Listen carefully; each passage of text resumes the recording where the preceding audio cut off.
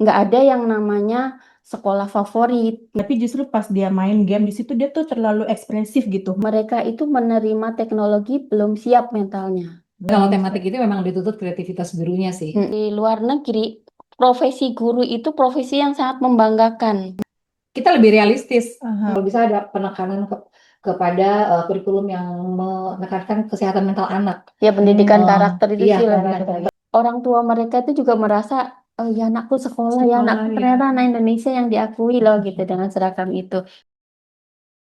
Assalamualaikum warahmatullahi wabarakatuh. Bersama saya Nurul Octavia dan kita bertemu di acara Ngopi Ngobrol Pakai Ilmu. Dan hari ini adalah ngopi edisi spesial karena bertepatan dengan Hari Pendidikan Nasional. Dan di sini saya juga membawa tamu yang spesial. Alhamdulillah, selamat datang Ibu Era Dewi Setiawati. Panjang nih namanya nih. Biasanya panggil Ibu Dewi Waskito Iya. karena ikut nama Bapak ya. Iya, Jadi panggil Ibu Dewi aja. Dewi aja. Kabar Ibu? Baik, alhamdulillah. Kabar Alhamdulillah. Mbak Nurul. Alhamdulillah. Oke, dan hari ini juga saya ditemani dengan gak kalah spesial juga yaitu Ibu Nita Nasyita, Assalamualaikum. Ibu Wakil dari Ketua PCIA Malaysia, dan juga beliau merupakan penggerak pendidikan anak di Malaysia. Gitu. Oke, baik Ibu, selamat datang ke Malaysia. Sudah Terima berapa kasih. bulan Bu? Sekitar 8 bulan 8 sampai bulan. hari ini. Udah negara keberapa nih Bu? Negara penempatan dinas keempat, tapi negara merantau kelima. Wow, Ya. oke. Itu pindah-pindah negara gitu capek nggak sih, Bu? Senangnya aja ya. Kita Seneng ya? ingat-ingat senangnya aja. Senengnya Kalau bisa capeknya keliling kita ya. simpan di dalam hati ya. So, Jadi tadi sempat ngobrol pemirsa, hmm, biasanya tuh belum siap unpacking, tapi udah mau packing udah lagi, packing pindah lagi. tugas. Betul. Ya, tapi dinikmati aja ya, Bu ya. Betul, dinikmatin aja dan dijalanin aja. Kalau Iya. dibayangkan sepertinya agak gimana gitu ya. Kalau saya sih suka ya, Bu, keliling negara karena belum banyak nih negara yang Itu dia. didatengin. Itu dia nanti mungkin akan nyambung. Kalau kita mungkin happy ya, senang gitu. Iya. Bayangan kita semua orang juga ngelihat, oh senang ya kita bisa keliling dunia. Tapi kita melupakan satu hal yang penting dalam hidup kita adalah nasib anak-anak kita. Nah, Itu dia. itu dia. Itu cocok banget tuh untuk kita bahas hari ini Hmm. berkenaan dengan pendidikan anak nasional ya. Betul, betul. Oke, Bu Dewi, selama keliling beberapa negara, Hmm. anak-anak kan pasti ikut ya, Iya, dan ikut alhamdulillah. berpindah-pindah sekolah pastinya Betul, betul. untuk mengikuti tugas Bapak gitu Hmm. penempatannya. Nah, menurut Bu Dewi, selama berpindah negara ini, apa momen yang paling berkesan nih? Kebetulan di sini saya ketertarikan dengan pendidikan itu sebelum saya punya anak, even sebelum saya punya anak ya. Hmm, Waktu itu saya masih mengikuti suami pendidikan di Australia, di oke. Adelaide. Saya sudah beberapa kali ikut volunteer di sekolah-sekolah publik gitu kan. Hmm, Dan saya juga suka melihat aktivitas mereka gitu, dari iya. mulai yang daycare sampai yang SMA waktu itu. Jadi uniknya itu yang mulai membuat saya jatuh cinta itu yaitu ternyata cara pendidikan mereka itu masih seperti zaman kita dulu Oh gitu. gitu. Jadi bayangan kita yang negara maju itu pasti sangat advance untuk segi Pendidikannya. pendidikannya, tapi pada kenyataannya yang saya lihat itu justru mungkin di kita di Indonesia itu jauh lebih jauh, lebih advance. Tapi ada satu yang terlupa, yang menurut saya ya di tingkat pendidikan dasar terutama ada satu yang terlupa yaitu kita melupakan hak anak untuk bermain, untuk Iya, bertumbuh secara natural natural gitu gitu ya. ya. Karena di negara-negara yang kebetulan saya pernah tinggalin itu untuk usia dasar itu pembentukan karakter jauh lebih utama. Hmm, Pembentukan karakter dan kesempatan bermain itu jauh lebih diutamakan daripada akademis, iya. ranking, Mm-mm. ataupun eh, kursus-kursus Yang yang harus jadi harus beban ya, anak gitu ya. ya mereka itu tidak mengenal eh, aku ranking berapa, aku sekolah di sekolah favorit apa enggak. Karena Gitu. basic mereka semua sekolah itu terutama yang publik ya. Kalau yang private itu kan kita memang bisa memilih. Private itu Betul. pasti punya punya spesifikasi, mereka either mau mengedepankan prestasi, Iya. either mau mengedepankan fasilitas atau apa. Mm-mm. Tapi secara general di public school itu mereka lebih mengutamakan pendidikan karakter di mana semua fasilitasnya itu disediakan oleh pemerintah. Jadi Hmm. nggak ada yang namanya sekolah favorit, nggak ada yang Oh namanya ya iya. sekolah ini lebih berprestasi, lebih unggul dibanding sekolah yang nggak ada. Jadi memang sistem rayon di Australia ataupun di Belanda itu apa namanya cocok karena yaitu alasannya semua sekolah sama, fasilitasnya sama. Guru-gurunya pun akan dirotasi. Kalau misalnya Hmm. ada satu sekolah yang sepertinya kepala sekolahnya inovatif, dia Iya. kemudian berapa tahun di situ Pindah akan sekolah pindah ke lain. sekolah lain gitu. Oh. Terus anak-anak juga di usia itu mereka lebih utama itu bermain dibanding dengan calistung misalnya. Iya, iya. Ya, sementara di kita calistung itu menjadi syarat untuk masuk Utama SD. Iya, syarat utama. Jadi nggak itu lulus Calistung tuh nggak bisa masuk betul gitu ya. betul. Jadi itu bedanya ya Bu ya kalau ibu-ibu di Indonesia bukan semua mungkin Betul. ini kalangan saya aja keluarga saya tuh masih lebih kayak nanya, oh sekolah di mana Ya, anaknya, betul. ranking berapa, oh bagus nih anak Mm-mm. ranking 1. Jadi itu Ya, tuh yang akan dibanggakan gitu. ya, Iya sih. itu missing linknya ya sepertinya kalau yang dari pengalaman saya, yang Iya. membuat saya tertarik gitu. Nah, kalau kayak Bonita sendiri nih, Mm. selama ini kan bertahun-tahun, bahkan sebelum datang ke Malaysia itu sudah sangat aktif di dunia pendidikan anak. Kenapa sih memilih untuk fokus di pendidikan anak gitu? Iya, terima kasih. Ini mungkin berangkat dari background keluarga yang juga banyak berkecimpung dalam dunia pendidikan ya. Ayah saya guru, ibu saya guru gitu. Kemudian saya juga sekolah di pesantren yang di situ juga banyak apa sistem tarbiyahnya. Kita Hmm. dilatih untuk jadi guru, amaliyah tadris seperti itu. Jadi pada saat memilih profesi jadi guru karena memang itu yang paling banyak mempengaruhi dalam proses tumbuh kembang saya gitu. Kenapa ke pendidikan anak? Karena saya dari dulu emang suka anak-anak gitu ya, karena mereka dengan naturalnya, alamiahnya itu mereka bertingkah laku itu apa namanya sangat alami gitu, polos, tidak ada kebohongan, mereka Betul. jujur kayak gitu ya. Seperti itu sih alasannya kenapa saya ambil dunia anak. Dulu saya sebelum di sini memang jadi konselor di sekolah dasar Islam Al-Azhar gitu. Jadi banyak ngobrol sama mereka, ketemu tentunya konseling dengan anak-anak berbeda dengan dewasa ya. Dan itu saya memang Itu tahun berapa tuh Kak di Al-Azhar? tahun 2000 sampai 2003. Nah, kalau pasti ini sekarang kita udah di 2026 ya. Mm-mm. Itu gimana tuh beda anak yang dulu dengan anak sekarang tuh gimana kalau Bonita melihatnya? Ya tentunya kalau dulu itu masalah anak-anak tuh masih belum nggak sekompleks sekarang. Misalnya masalah anak terlambat, nggak ngerjain PR gitu ya. Terus misalnya masalah sosial, misalnya ribut antar temen, konflik antar temen seperti itu Normal lah gitu. ya, Masih masih normal normal, gitu. iya. Tapi kalau yang sekarang ini, yang saya juga pernah dengar dari anak-anak teman saya, itu kan udah beda tuh. Misalnya addicted terhadap game, itu kan udah Iya. wah tentang Sekarang game, udah gadget kemudian banget ya, Bu. iya apa-apa sudah ke gadget, kemudian pergaulannya juga sudah Iya berbeda ya sih. karena mereka udah banyak dipengaruhi banget sih dengan sosial media yang ada sekarang. Seperti itu. Kemudian anak sekarang saya lihat sih cenderung lebih cepat ya perkembangannya dan apa ya Daya tangkapnya. daya tangkapnya, kemudian jadi cepat dewasa, cepat matang tapi kayak sebetulnya dipaksain gitu Iya, nggak sih Bu? betul, betul. Ya Iya mereka nggak? tuh kayak cepat copy paste nggak sih dari apa yang mereka lihat dari media sosial? Karena anak-anak sekarang kan Bisa jadi semua gitu. tuh punya handphone masing-masing, bisa akses ke macam-macam media sosial itu. Nah, Bu, kayak misalnya nih sekarang kan banyak banget kasus-kasus di Indonesia yang kayak anak membuli lah. Dan bulinya tuh bukan yang bully di level anak-anak menurut saya, bukan yang masih wajar kayak ngerjain doang, bercanda doang tuh enggak, tapi bener-bener sampai menyakiti, sampai ada yang nauzubillah meninggal, ada yang masuk rumah sakit. Itu menurut Bu Dewi gimana tuh? Ya itu dia tadi yang saya sampaikan ya. Mungkin bedanya karena yang saya alami itu anak-anak kebetulan mengalami mengalami masa pendidikan dasarnya di Belanda. Yang saya bilang tadi itu seperti zaman saya dulu kecil. Iya. Mereka di tengah perkembangan gadget yang sangat masif ya, Canggih, ha. negara-negara Eropa, Australia itu mungkin nggak secepat di Indonesia.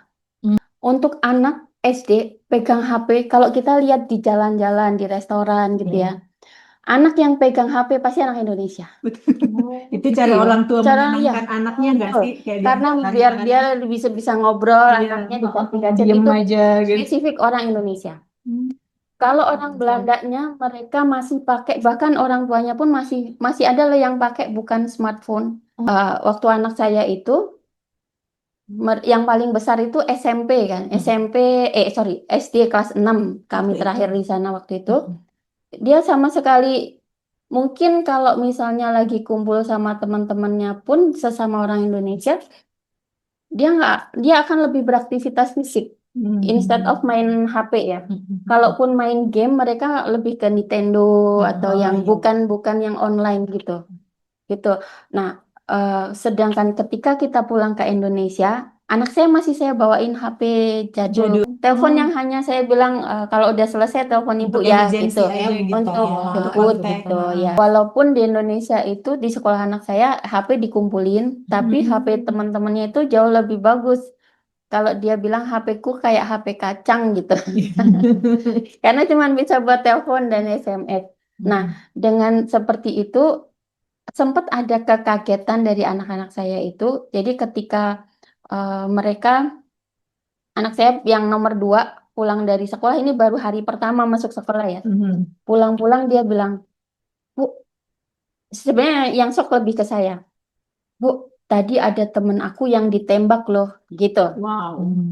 Saya antara shock dan berusaha cool di depan anak-anak. Saya bilang, wah mati dong, ada polisi nggak? Gitu. Walaupun saya tahu yang dimaksud dia ditembak dan kata ditembak buat dia itu sebenarnya masih yang antara ditembak apaan sih gitu. Iya, oh iya. Itu kelas 3 SD ya. Aha. Ditembak, ada yang bawa pistol Kak. Saya bilang gitu.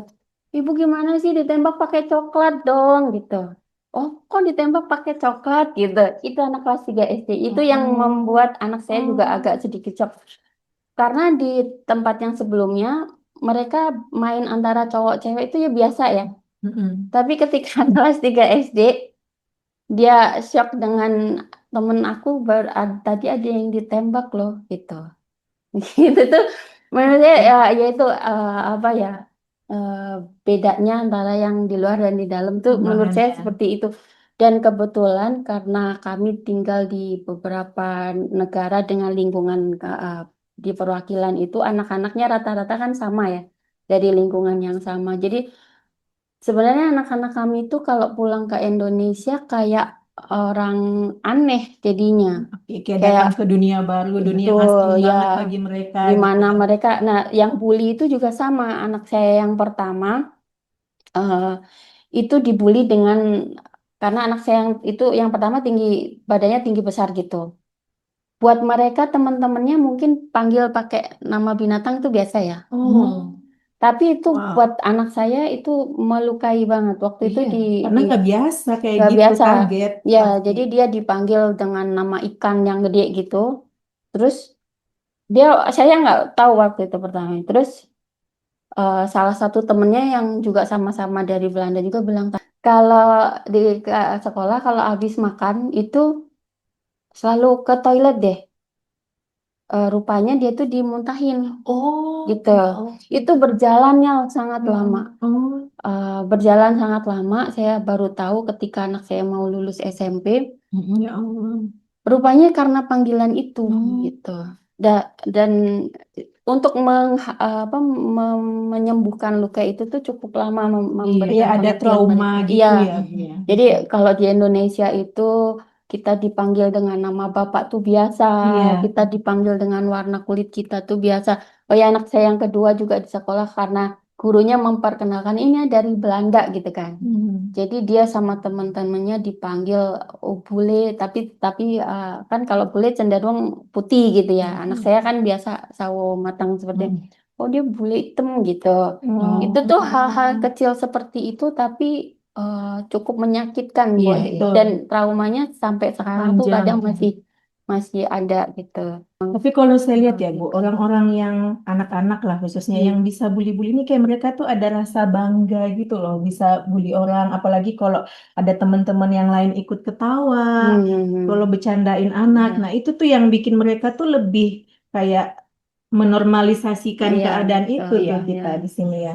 Dan sayangnya lagi, kadang guru itu ya sama menormalisasi sebagai udah nggak usah diambil hati itu mah biasa. Bercanda. Nah, Ya, itu bercandaan padahal aja ya padahal gitu. itu nggak biasa ya, sangat dan Iya. sangat nggak bisa dinormalisasi itu. Gitu. Dan itu juga sebenarnya jadi PR utama ya, bukan cuman buat pemerintah, bukan cuman buat guru di sekolah, tapi Hmm. buat orang tua masing-masing ya sih. Bu. Sebenarnya mungkin lebih ke harus ada regulasi atau di beberapa negara udah ada pembatasan untuk sebenarnya kita mungkin ada ya pembatasan untuk sosial media itu umur berapa. Ya, Mungkin anak-anak kita, generasi kita yang eh, sekarang ini, mereka itu menerima teknologi belum siap mentalnya. hmm, Nah, di situ sebenarnya perlu dari guru, dari sekolah itu, ataupun dari pemerintah memberikan regulasi, ataupun memasukkan dalam kurikulum itu cara bersosial media yang baik. Karena konon, saya awalnya komplain tuh, karena semua semua guru memberikan tugas lewat HP. Anak saya nggak saya kasih HP, oke. tapi kemudian karena tugas-tugas semua dari HP, otomatis mau nggak mau saya kasih smartphone. Tapi saya bilang, dikasih smartphone ini harusnya kan anak-anak dikasih dasar ya, maksudnya, Iya, oke, smartphone adalah keniscayaan katanya. Kita kita nggak bisa melarang, kita nggak bisa mencegah, hanya bisa mengawasi. Tapi kita lupa, eh, terutama di Jakarta, eh, orang tua di Jakarta itu seberapa banyak sih yang bisa duduk bareng Iya. ngawasin iya, anak-anak belajar ataupun anak-anak Mendampingi bergaul. secara terus-menerus gitu ya. Betul ya. Nah, itu sementara di sekolah nggak ada kurikulum yang eh, tentang cara bersosial media yang hmm, baik dan benar betul. gitu. Gimana kita, memang itu dunia maya yang nggak kelihatan siapa yang ngomong ya. Iya, Tapi kita nggak bisa lupa bahwa di situ rekam-rekam jejak digital itu nggak bisa Iya, dihapuskan betul. gitu. Itu harusnya ada pelajaran yang tentang etika bersosial media itu udah sangat perlu untuk disampaikan di sekolah event yang paling dasar menurut saya. iya.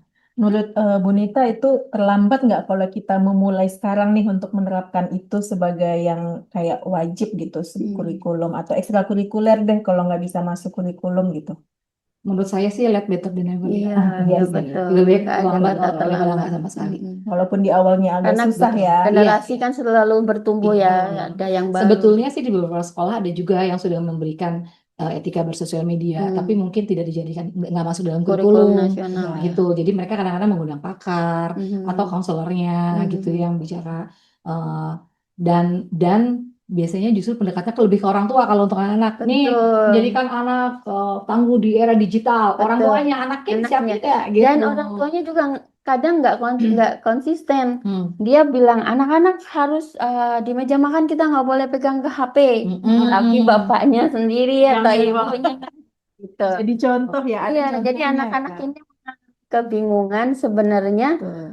Kalau aku kenapa nggak boleh, kenapa ayah boleh? Kalau aku nggak boleh, kenapa ibu boleh? Gitu kan. Jadi kita harus kitanya juga sebenarnya yang Pengaruhnya kan besar banget loh. Apalagi sekarang kan bully nggak cuman face to face ya, cyberbully juga ada Betul, gitu. iya. Jadi dan untuk beberapa anak ternyata mereka bisa menemukan pribadi mereka yang baru dalam dunia sosial. Jadi banyak dunia medsos itu. Jadi banyak anak-anak yang kalau dalam sehariannya tuh penurut, baik gitu. Tapi hmm, ternyata Di begitu dia masuk belakang, beda. sosial media, Hmm, kata-katanya dia itu wah ya, sangat menakutkan gitu. betul. Misalnya mereka udah masuk dalam chat, games, misalnya di Roblox itu kan ada chatnya iya, ya. iya. Itu Itu, ternyata wah, itu kata-katanya luar biasa kata-katanya sih tuh di udah Roblox itu. gitu. Jadi Kaget saya, Bu. iya benar. Jadi pernah waktu itu sempat ada yang datang ke saya, ini anak saya apa namanya?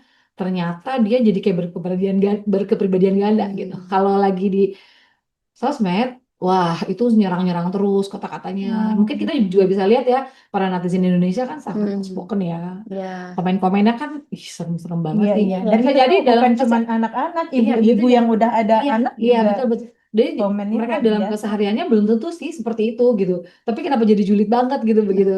Tapi apakah Gitu. itu kayak biasa kan mungkin depan orang tua nih dia nggak banyak bicara, nggak Hmm. banyak komunikasi, tapi justru pas dia main game di situ dia tuh terlalu ekspresif gitu, mengeluarkan Hmm. semua yang mungkin sebelum ini dia nggak ada kesempatan untuk Bisa begitu. jadi, bisa Jadi Iya. jadi. kayak pentingnya komunikasi juga Antara, ngobrol iya gitu lah betul antara betul. orang tua dan anak di situ juga ya. Iya. Jadi Iya. dia nggak yang kayak diam, nggak bisa mengeluarkan apa yang ingin dia keluarkan kayak gitu. Mungkin ini juga sih ya, kalau banyak ya di antara lingkungan saya sekali lagi, mungkin termasuk saya juga, menganggap bahwa kita sudah kecenderungan di Indonesia itu kan semakin mahal sekolah, semakin dianggap itu bagus ya. Bagus, Iya, ya jadi orang gitu. berlomba-lomba untuk apa namanya menyekolahkan anak di tempat yang mahal. Iya. Tapi dengan merasa sudah membayar sekolah mahal, orang tua itu merasa lepas tanggung jawab Iya, bahwa semua menyerahkan kewajiban masalah. Di untuk sekolah. mendidik anak-anak itu ya di sekolah gitu. Betul. Padahal sebenarnya kalau kita lihat prosentase kehadiran anak itu masih tetap lebih banyak di Di rumah rumah. kan ya Iya. dibanding di sekolah yang hanya berapa jam. Nah Tapi itu ya di justru. rumah juga kebanyakan orang tua, misalkan bapaknya udah sibuk kerja. Hmm, Ibunya mungkin banyak yang kerja juga, ada yang ibu rumah betul. tangga, tapi Ya, kayak pulang tuh mereka mungkin menyerahkan ke pembantu pembantu. rumah, Hmm, dianya sosial atau hmm, gimana gitu juga nggak sih Bu? Kalau Iya, saya iya. lihat Iya, iya. kebiasaan-kebiasaan gitu. Semua orang pengen eksis Eksis, istilahnya. sosialita Walaupun gitu. tidak semua ya, masih banyak juga Masih kok. banyak sih. Ya.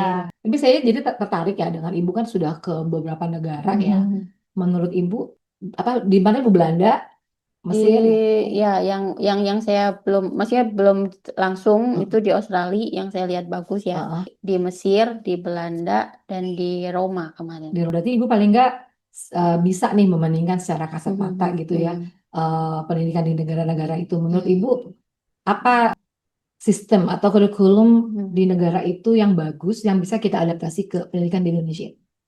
Semua kurikulum pasti diambil itu berdasarkan berbagai pertimbangan ya. Yang Heeh, pastinya itu bagus. heeh, Hanya menurut saya, kalau di negara-negara yang memang udah settle seperti, saya sangat terkesan dengan Belanda karena kurikulum itu walaupun pemerintahannya berganti-ganti, heeh. tapi kurikulum ya kurikulum gitu. Oh, ikut kurikulumnya nggak ikut ganti, Nggak ikut ganti, tetap sama tetap gitu, sama. tinggal Beberapa meneruskan aja gitu. Iya, kebijakan-kebijakan aja. ya kalaupun penyesuaian kebijakan kan Heeh. wajar ya, tapi Iya. kurikulum untuk sekolahnya itu nggak berganti-ganti. Beda ya sama Nah, kita, itu dia. Mungkin berbagai sebenarnya macam kurikulum. ya saya percaya sih semua kurikulum itu dibentuk berdasarkan pertimbangan yang bagus Betul. tentunya. Tapi once satu kurikulum belum menunjukkan hasil, Heeh. sudah diganti lagi dengan Ya. kurikulum. Itu yang mungkin membingungkan anak dan juga membingungkan orang tua ya. Dan guru Dan juga. guru Dan guru juga, juga iya. pastinya. Kurikulum itu bukan yang bisa dilihat setahun dua tahun kan menurut Betul. saya. Bisa dilihatnya ya pastinya kalau untuk SD satu masa itu kan 6 6 tahun. tahun. Artinya ya setelah paling nggak 10 tahun baru kita lihat nih hasilnya ada nggak gitu.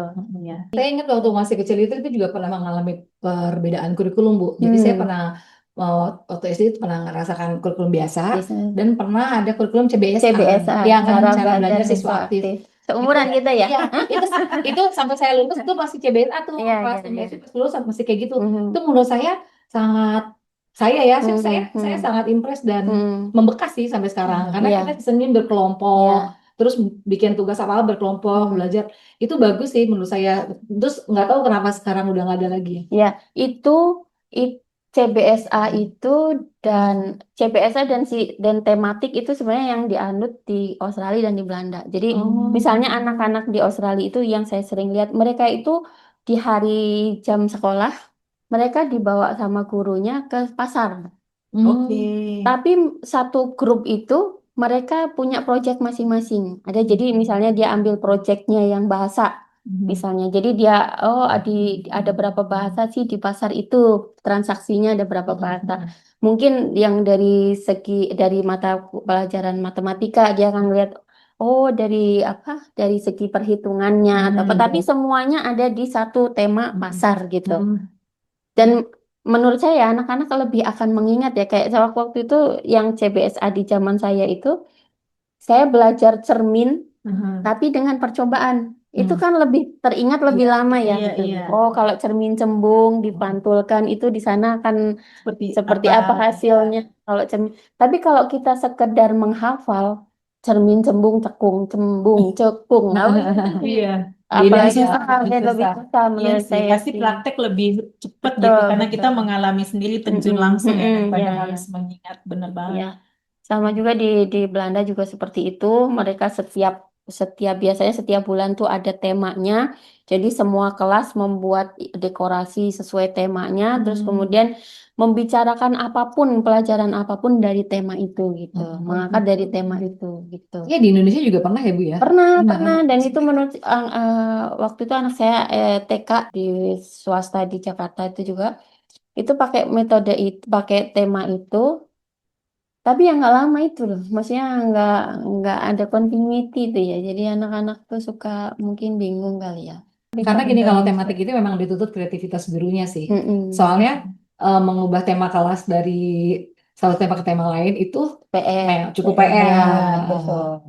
Dan gak semua guru bisa dan mau melakukan itu Eh, kan. kalau guru bisa itu, nah itu tuh guru juga menarik nih. Kalau guru Iya. ya menurut pandangan saya, mungkin guru itu mulai bergeser kalau kalau yang saya lihat ya, mulai di zaman saya. Aha. Kalau saya kayak tadi Bu Nita bilang, saya tertarik di bidang pendidikan karena orang tua saya juga ada di dunia yang sama. Itu iya, saya rata-rata kalau orang tuanya guru, anaknya jadi guru. Orang tuanya polisi, anaknya jadi polisi. Orang Oh tuanya iya. gitu. Tapi untuk profesi yang lain kan lebih lebih variatif gitu. Tapi khusus untuk profesi guru itu biasanya memang turun-menurun gitu kan. Tapi di zaman saya mulai ada pergeseran nih. Jadi kan dulu masih ada IKIP ya, Oh iya. IKIP keguruan yang sekarang sudah jadi universitas juga Negeri kan. ya. Nah, ketika zaman saya yang masuk ke IKIP itu biasanya setelah pilihan ini nggak lulus ya, atau misalnya, ah udah aku IKIP aja deh gitu. Atau kalau dulu kan PMDK ada ya, PMDK di kita tuh, ah biar kesempatan masuknya IKIP aja, IKIP aja gitu. Kayak Pak, pilihan terakhir kayak gitu ya. pilihan ya kayak pilihan yang hopeless gitu ya. Jadi kayak bukan passionnya dia untuk Betul. masuk ke situ. Sementara di luar negeri profesi guru itu profesi yang sangat membanggakan. Tapi di apa namanya di kita yaitu istilahnya kayak zaman saya aja ya udah aku ikip aja gitu. Atau misalnya kayak saya nih, saya kuliahnya bukan di eh, keguruan sebenarnya. Dulu kita ada guru BK ya, Iya. guru BK. Guru BK saya dari SMP sama SMA orang yang berbeda, sekolah yang berbeda, lingkungan yang berbeda, dua-duanya bilang, "Kak, kayaknya kalau kamu tuh pantasnya jadi guru TK." Gitu. Itu saya merasa tersinggung, benar jujur. Karena saya ngerasa kayaknya ranking ranking saya juga nggak jelek gitu. Saya nggak bodoh-bodoh amat. Kenapa kok saya cuman guru TK? Padahal saya suka matematika, saya suka kimia gitu. Kok kayak direndahkan ya, kayak perasaan saya seperti itu. Terus saya masuk kuliah sesuai dengan keinginan saya dong. Kimia, tapi waktu itu kimia murni. Tapi kemudian setelah beberapa tahun saya menjalani kuliah itu, saya ngerasa kayaknya memang saya sukanya ke anak-anak deh gitu. Kan beberapa kali pengabdian masyarakat itu saya lebih enjoy gitu ngajar PAUD, ngajar anak-anak apa sih sekolah sore gitu. Iya. Kok kayaknya lebih menarik gitu. Wah, saya ini tapi masih masih apa namanya? Masih idealis kan. Oke, saya terusin sampai selesai. Kan namanya apa ilmu sains itu suka kalah sama tekniknya kalau di industri kan. Pokoknya jurusannya antara dosen atau jadi peneliti gitu kan. Kalau peneliti otomatis pegawai negeri dan itu yang harus saat itu masih harus yang kenal siapa. Oh. Gila. Itu yang seperti itu. Akhirnya gini, saya daftar ke perusahaan-perusahaan, ya ada yang keterima tapi tempatnya jauh, ada yang pokoknya gitu. Ujung-ujungnya ya sama juga. ya udah deh saya ngajar aja gitu. Padahal kan ngajar Berarti itu benar gurunya, ah, guru Kalau ketemu guru BK-nya. BK-nya lagi pasti bilang, kan, enggak, tapi enggak ya itu maksudnya di sini saya menganggap bahwa udah kayak harapan udah kayak harapan terakhir gitu loh. Kayak saya nggak bisa masuk ke industri, saya nggak bisa masuk ke lab. Oh iya, Ya udah deh saya guru aja itu gitu. kayak jadi pilihan terakhir karena iya. udah Ada udah hopeless. Nah, itu yang menurut saya pergeserannya di situ. Jadi guru, dosen itu kayak saya nggak tahu ya kalau dosen. Yang saya waktu itu dosen sih ngajar di universitas, tapi sekali lagi bukan atas kemauan saya, tapi karena ya daripada saya nggak kerja kemana-mana, yaudah saya kerja di sini aja gitu. bukan Itu saya berdasarkan pribadi passion ya, sebetulnya. betul Passion saya yang pribadi gitu. dipengenin. Nah, kalau teman-teman saya yang kemudian jadi guru SMA, jadi guru ini juga sama karena nggak bisa masuk ke tempat-tempat yang mereka inginkan. Kemudian ya udahlah ngambil akta 4 ya. Akta 4, Kalau ya. guruan akta 4 Iya, waktu itu saya nggak ambil akta 4 karena untuk ke universitas. Nah, jadi guru di sini di di zaman saya dan yang sekarang itu kalau saya lihat hanya sebagai profesi. Padahal saya dulu SD, guru saya itu sepertinya mereka nggak cuman sebagai profesi, tapi mereka itu pendidik gitu loh, apa sih? Iya, iya, iya, Bukan sekedar betul. mengajar, transfer ilmu. Jadi mereka itu kayak Iya, dari hati iya, gitu. betul. iya, Nah, kalau yang sekarang itu hanya sebagai profesi yang penting aku datang ke kantor, aku nyampein materi, yang aku penting dapat kerja, gaji setiap bulan. betul. Itu menurut saya yang saya lihat. Saya kurang tahu, maksudnya bukan berarti semua guru seperti itu ya. Once hal itu terjadi, itu delivernya ilmu ke anak-anak ini berbeda. Iya, betul. Iya, dari Betul. pendidik dengan yang hanya profesi itu Iya, beda ya, banget pendidik dan penyampaian. pengajar itu menurut saya dua Iya, hal yang berbeda Iya.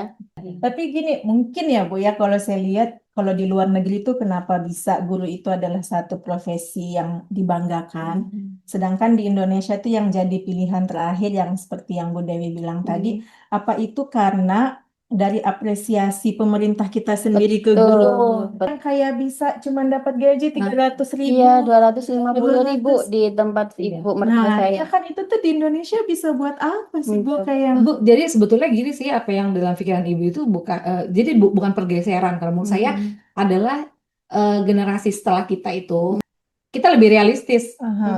gitu. Mhm. Kita tahu bahwa jadi guru itu secara materi dapatnya berapa sih Iya, gitu. iya, Jadi iya, akhirnya kita betul. lebih realistis. Mhm. Jadi em, apa ya, kita ingin mencoba profesi yang lain yang lebih Mhm. menjanjikan gitu. Mhm. Betul. Tapi saya mau cerita Betul. sedikit pengalaman kalau tadi ya Iya, dengan ibu. boleh. Kalau saya kan memang dari awal itu pada saat PTN memang milihnya mau IKIP karena mau menjadi Mhm. guru. Mhm. Jadi emang dari awal tuh ayah saya, nanti kamu jadi apa? Mau jadi guru gitu. Ayah Mhm. saya dulu di Al-Azhar kan, dari apa membina Al-Azhar dari Al-Azhar satu sampai yang lain gitu. Mungkin karena gurunya Al-Azhar ya beda Iya, gajinya ya. Karena saya pernah ngeliat buku, kan kalau SD kita suka punya buku diary yang diisi oleh teman-teman. Oh, deh, oh iya, iya Terus di iya. situ kan terus nama, biodata, terus ada cita-cita Hmm. guru. Saya ternyata Hmm. guru deh dulu. Jadi pada saat nunggu hasil UMPTN itu diterima atau enggak nih di IKIP, Hmm. saya mengambil bimbingan konseling. Hmm.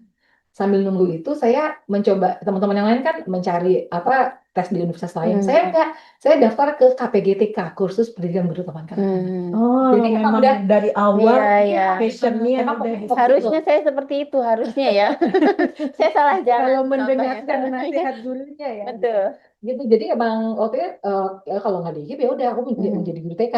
Terus kata ayah, nanti kamu di situ kan bukan S1 ya, hanya diploma, nanti bisa sambil kuliah lagi, sambil Hmm. kerja, sambil kuliah lagi. Jadi udah diarahinnya begitu. Saya nggak Hmm. tahu, mungkin guru BK saya itu ayah saya ya. Jadi benerin, oh jadi seperti emang nggak kepikir sih, waktu Hmm. itu belum kepikir tentang em, apa gaji guru apa PTN. segala itu enggak, tapi cuma memang kayaknya profesi yang paling dekat dengan saya saat itu guru gitu. Betul. Mudah-mudahan sih anak-anak sekarang ada yang masih berpikiran kayak gitu ya Betul gitu. ya, harusnya dikembalikan lagi bahwa guru itu bukan sesuatu profesi yang aja gitu ya. Bukan Betul. tapi itu profesi yang spesial menurut saya Iya. yang sangat-sangat berjasa untuk Betul. negara bahkan. Iya. Iya. Saya senang deh Bu sekarang kalau ngelihat di sosial media banyak juga loh guru-guru yang mereka juga suka ngepost konten mereka jadi guru Mhm. yang sangat menarik. Jadi kreatif, Hmm. interaksi mereka dengan anak-anak bagus. Iya. Mudah-mudahan itu bisa menumbuhkan Betul. generasi baru sekarang ya, bahwa Iya. ternyata seru juga loh jadi guru Iya, gitu. iya, iya.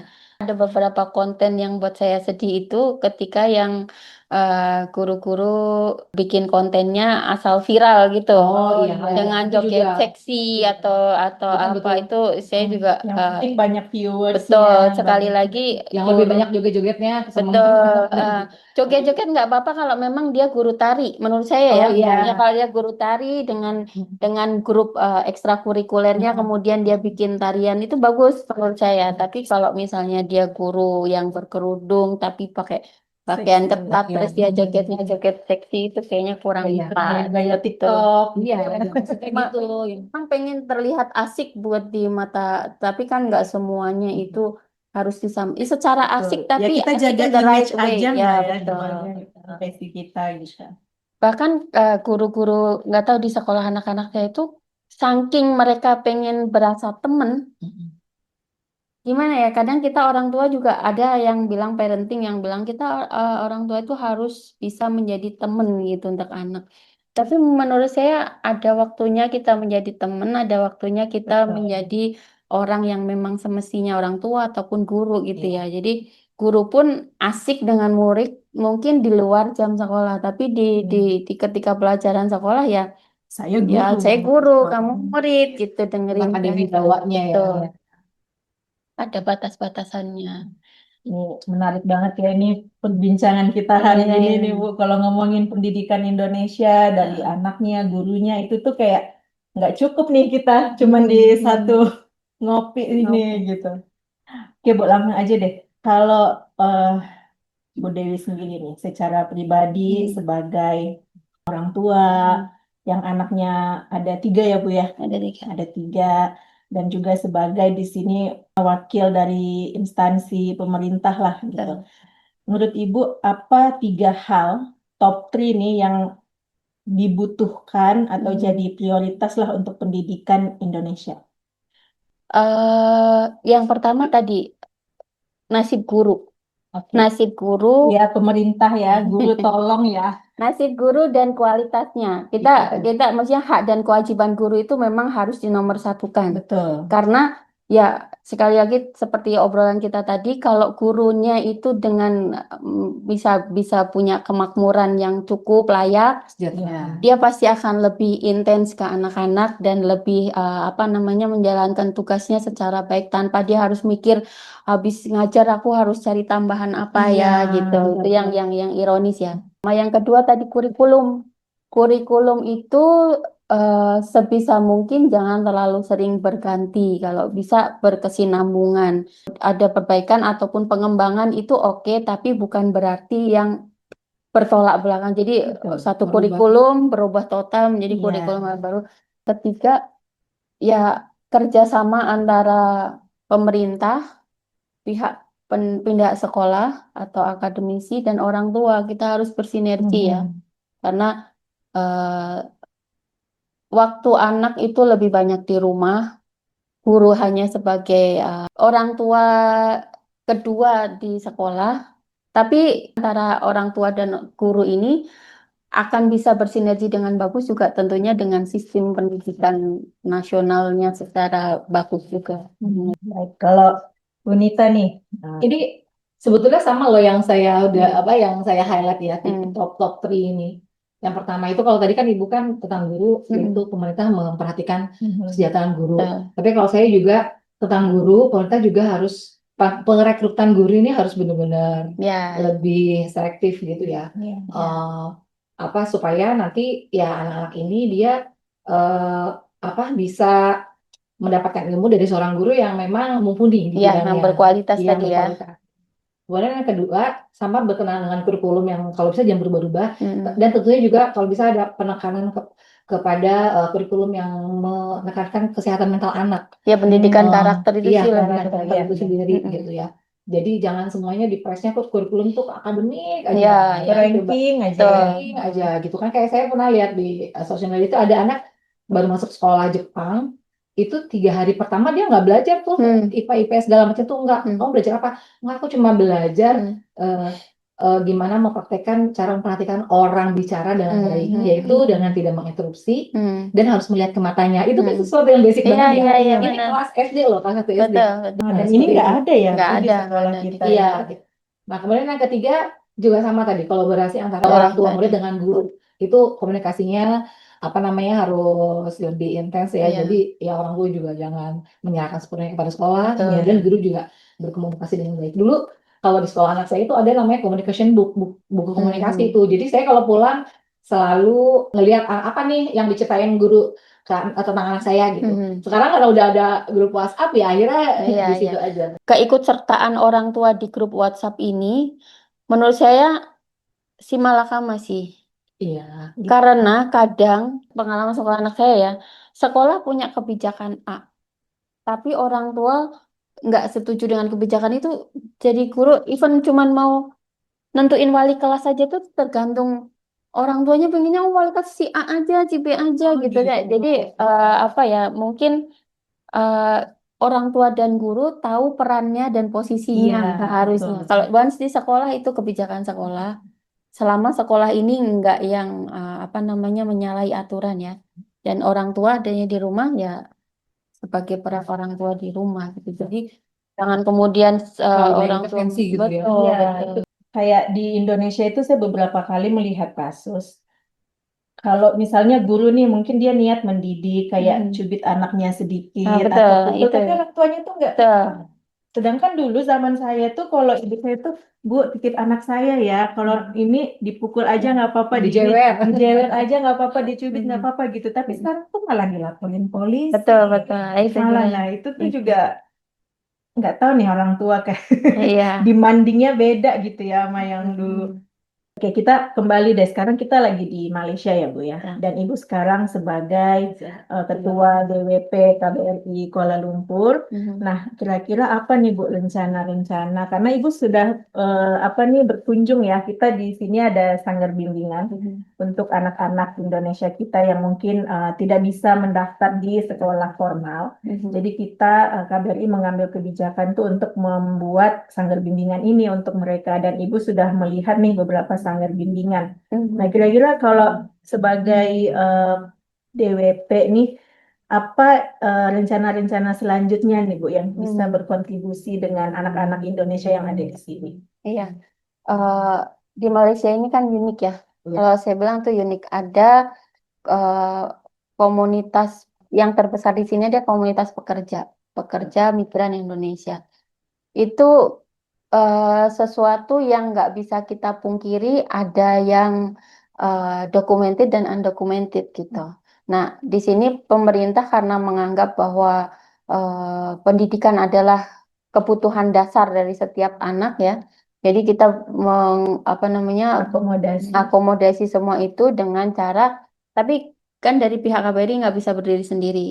Tentunya dengan partisipasi masyarakat seperti PCIA, seperti komunitas-komunitas yang lain mendirikan SPSP ini. Nah, kami dari Dharma Wanita itu mungkin tidak seintens dari komunitas-komunitas ini ya, tapi kita berusaha apa namanya ikut menyuarakan apa sih keperluan oleh SPSP ini gitu. Dulu sebelum saya sampai ke sini, konon karena baru perintisan, jadi banyaklah yang zaman COVID terutama ya, banyak yang misalnya untuk sarana dan prasarana yang dibutuhkan seperti apa alat tulis, meja belajar dan sebagainya. Nah, sekarang karena mungkin sudah relatif lebih mendapat perhatian dari pemerintah, jadi mungkin tidak terlalu membutuhkan hal yang support yang berupa sarana dan prasarana seperti itu. Kami berusaha eh, tetap memberikan perhatian, misalnya kayak jadi waktu itu saya ikut suami berkunjung ke Anadoh ya, yang di mana? Tanjung Sepat atau Iya, apa. iya. Nah, di sana itu mereka salah satu SP yang tergabung dalam Pramuka. Nah, waktu itu saya lihat penampilan mereka dalam kepramukaan itu sangat menarik ya, atraktif dan cukup bagus lah menurut saya. Terus kita ngobrol-ngobrol sama pembina-pembinanya juga bilang, Bu, mereka ini berlatih pramuka ini kebanggaan hanya dari Pakai selain seragam. dengan kita hanya dengan pakai seragam. Iya. Itu dia. Dan apa namanya, orang tua mereka itu juga merasa, oh ya anakku sekolah ya, Sekolah anakku ya. ternyata anak Indonesia yang diakui loh gitu dengan seragam itu. Terus kalau misalnya ada yang bisa support seragam misalnya Bu gitu. Nah kebetulan kemarin kami di apa namanya ada komunitas dengan Malindo gitu. Saya sampaikan itu sebenarnya nggak cuma dengan Malindo, dengan beberapa komunitas-komunitas perempuan di Malaysia ini. Saya sampaikan kira-kira kalau misalnya ada yang mau nitip sesuatu, boleh loh itu apa namanya, anak-anak kita masih membutuhkan saat ini membutuhkan support di seragam pramuka gini. Akhirnya mereka membuat apa namanya, membuat kayak charity gitu dan terkumpul sejumlah dana yang bisa di ternyata nggak cuma yang nggak cuma tercover seragam tapi tenda untuk pelatihan juga gitu-gitu akhirnya ya alhamdulillah bisa memprakarsai itu. Terus yang nextnya kami juga saya kami dan ibu-ibu itu juga punya rencana itu untuk memperkenalkan materi-materi yang mungkin tidak diberikan di di SB-nya itu, jadi kita mau memberikan apa ya, inspirasi atau apa atau apa namanya Motivation talk, Mbak. motivasi buat mereka bahwa ternyata dunia itu tidak cuman hanya seperti ini dan apa namanya dunia itu luas, anak-anak ini masih mempunyai masa depan yang bisa diharapkan. Jadi kita pengen lebih memotivasi sih, Motivasi. ya, insya Allah dengan Iya. program-program ke depan. Betul. Ini kalau kita terlibat dengan sanggar bimbingan ya Bu, sangat banyak hal yang bisa bikin kita tuh terharu banget, bahkan sampai nangis Ya, gitu. betul, Iya. betul. Jadi ingat banget waktu pertama kali kami di Asia Malaysia mendirikan Hmm. sanggar bimbingan itu, pas pendaftaran apa murid-muridnya, bahkan ada anak yang mungkin udah harusnya udah kelas 4 SD Mhm. tapi belum sekolah, nulis 6 sama 9 aja tuh bisa kebalik, Bu.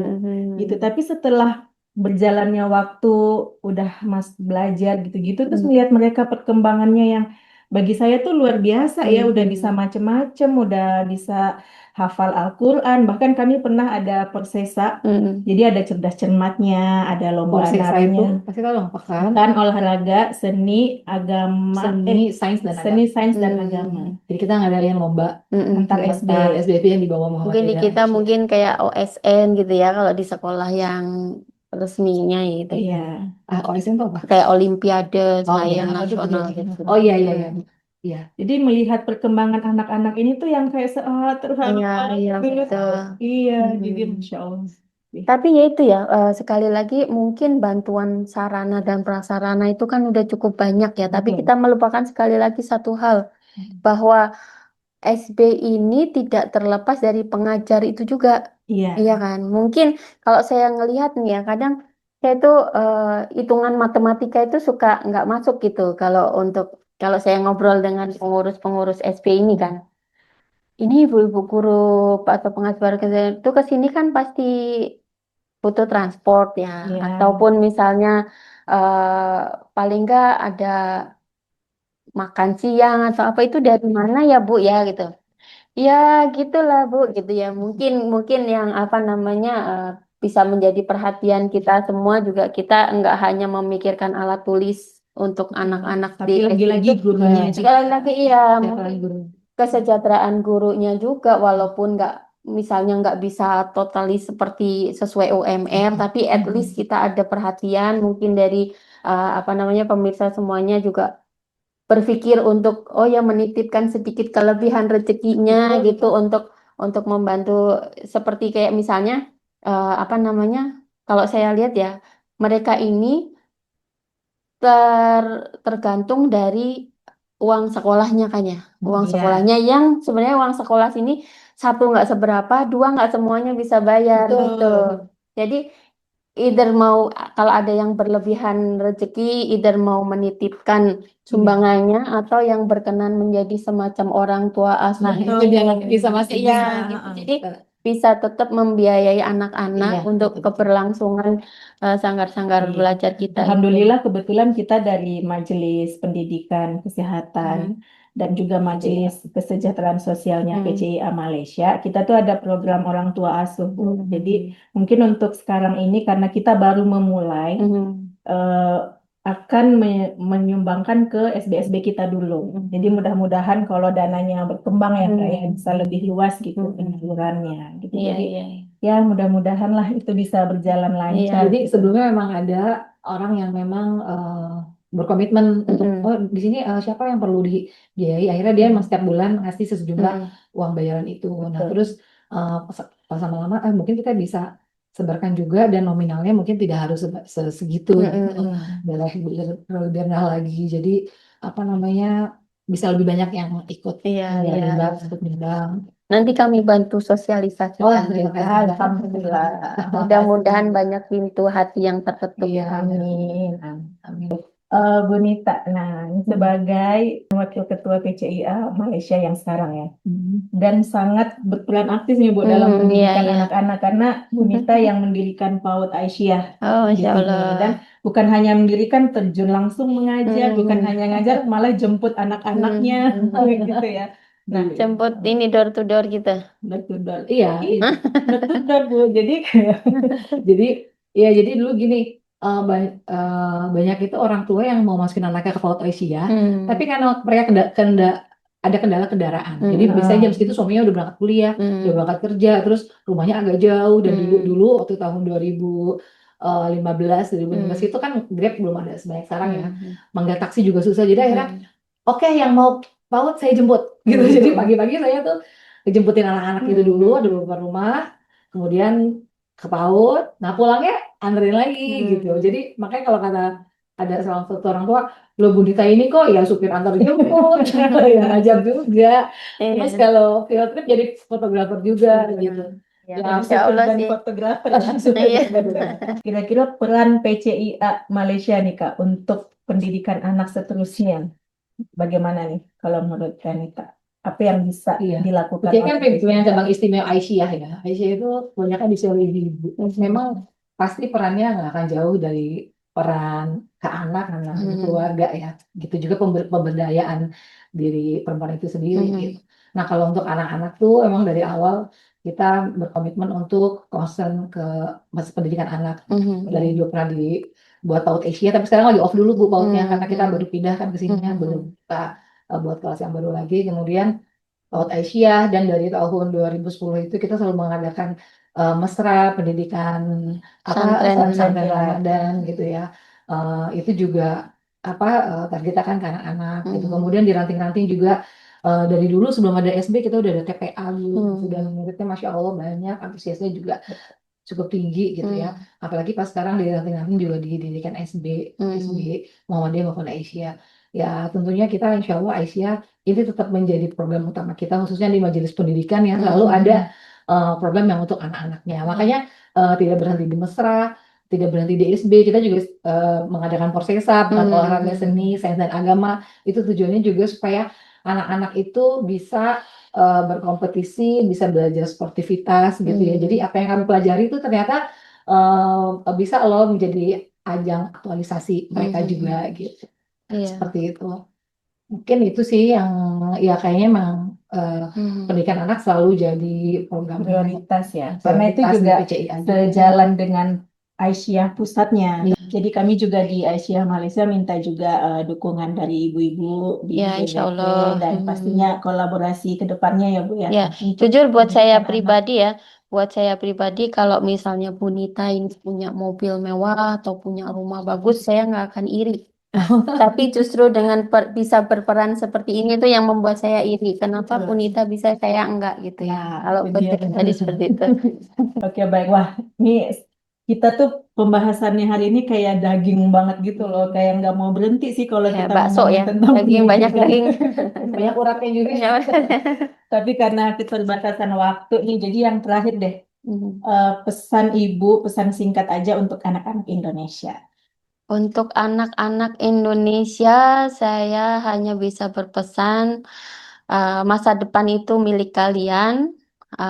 negara ini ke depannya juga milik kalian. Jadi jangan sia-siakan waktu belajar kalian dengan hal-hal yang kurang bermanfaat. Jadi manfaatkan segala waktu yang kalian punya dengan sesuatu yang berharga untuk masa depan kalian nanti. Dan yang pasti eh, apa namanya?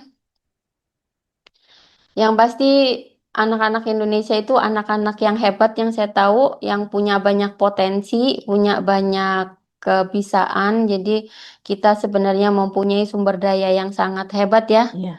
Jadi harus semangat terus bermimpi, jangan lelah untuk bermimpi, tapi di hal yang lain kita juga harus berusaha keras untuk mewujudkan semua mimpi-mimpi kita. Itu aja. Oke, Bu Nita. Semuanya udah diambil Budi.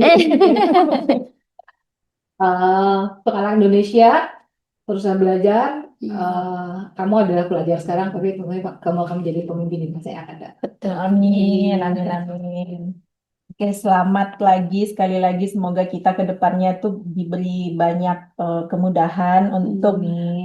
berkecimpung di pendidikan anak-anak ini dan menciptakan anak-anak hebat nantinya. Benar. Amin. Tuh, tangguh, apalagi generasi yang apa? Generasi emas Emas. 2045 Wah. ada di tangan kita sekarang nih. Nah. Ya, jadi keberhasilannya tergantung kita nih. Kalau kita meleng dikit, itu salah kita. Takutnya belok ya. Takutnya Kalau orang Malaysia tuh menciptakan generasi yang cemerlang, Gemilang. dan terbilang. Oh, Oh, cemerlang, gemilang, gemilang dan dan terbilang. Oke, di sini kami bertiga ingin mengucapkan Selamat Selamat Hari Pendidikan Nasional. Oke, semoga anak-anak nanti bisa menjadi anak yang sukses untuk diri sendiri, keluarga, agama, dan bangsa. Oke, amin. terima kasih Bu Terima kasih, Dewi Bu Nurul. yang sudah menemani saya. Makasih atas kehadirannya, Bu Dewi. Sampai ketemu lagi di episode selanjutnya, ngopi, ngobrol pakai ilmu. Assalamualaikum warahmatullahi wabarakatuh. Waalaikumsalam.